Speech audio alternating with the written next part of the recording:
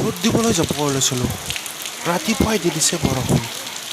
এতিয়া বৰষুণটো কমিলে যাম। আকাশ একেবাৰে ডাৱৰীয়া হৈ গৈছে। চিকি যাবা আহা।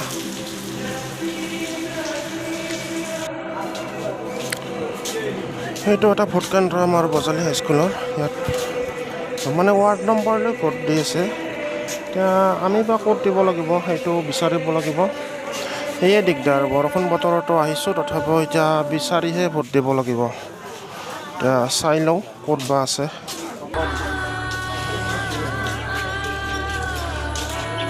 ভোট দিবলৈ আহিছোঁ কিন্তু পচন্দৰ দল এটাও নাই। এটা আমাক নতুন সৰ্বভাৰতীয় দলৰ প্ৰয়োজন হৈছে, যিটো দলে মূল্য বৃদ্ধি আৰু নিবনুৱা সমস্যা কম কৰিব পাৰে। তেনেকুৱা দল বৰ্তমান নাই বুলি ক'ব পাৰি। তথাপিও ভোট দিবলৈ আহিছোঁ। ভোটটো দি যাম, গণতান্ত্ৰিক অধিকাৰ আজি সাব্যস্ত কৰিম।